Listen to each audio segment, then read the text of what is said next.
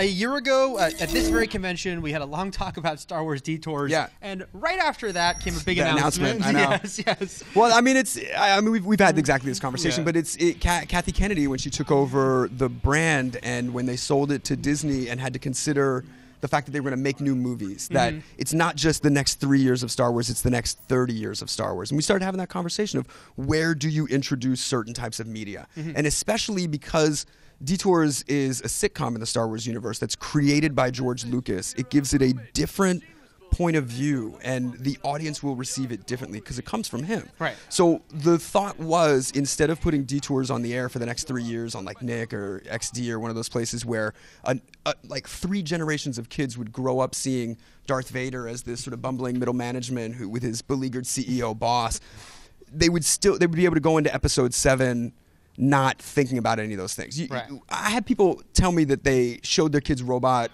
Star Wars and Family Guy Star Wars before they showed their kids real Star Wars. Yeah, I know someone who's done that, yeah. And I think that's handicapping just to the point of view. I've had a lot of kids approach me about things that we've done on Robot Chicken that they never knew before we did it on Robot Chicken. So their introduction to Strawberry Shortcake, the Smurfs, Transformers, or whatever we've done is through our distorted, ironic self-assessment 20 years later. Right. That's just disorienting to the way kids take in information. And Kathy Kennedy and I just sat down and we had lots of conversations about culture and timing and the infiniteness of this brand. And, you know, I grew up on Star Wars and received it in a very specific way before I twisted it with all my friends and made fun of it. Right. And George Lucas was, you know, right at the end of his, right towards his retirement, when he was like, I want to have fun. I want to have fun in this universe. And that's what we made.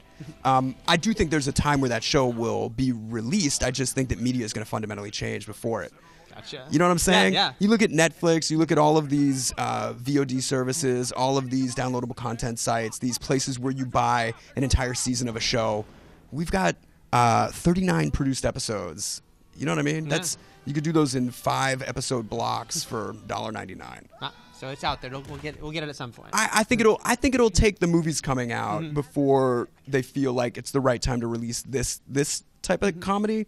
But I also feel like what we made was timeless, so I'm still excited to show it to people.